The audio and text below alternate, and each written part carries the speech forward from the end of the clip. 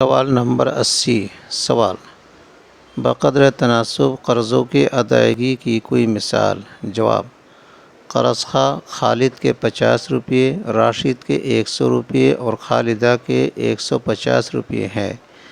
مجموع دیون 300 روپے جبکہ کل تراکہ 250 روپے ہے۔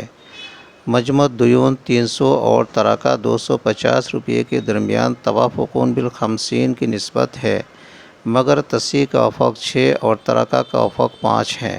اس لیے خالد کے سہام 50 کو تراکہ کے افق 5 میں ضرب دے کر حاصل ضرب 250 کو تصحیح کے افق 6 سے تقسیم کیا تو خارج قسمت 41 صحیح 4/6 آیا، یعنی خالد کے حصے میں 41 روپے 66 پیسے آئے ہیں۔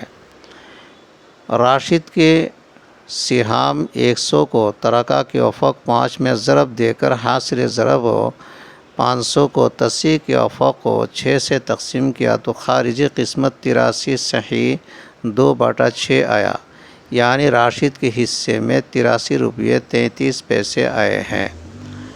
خالدہ کے سہام 150 کو 5 میں ضرب دے کر حاصل ضرب 750 کو 6 سے تقسیم کیا تو خارج قسمت 125 آیا۔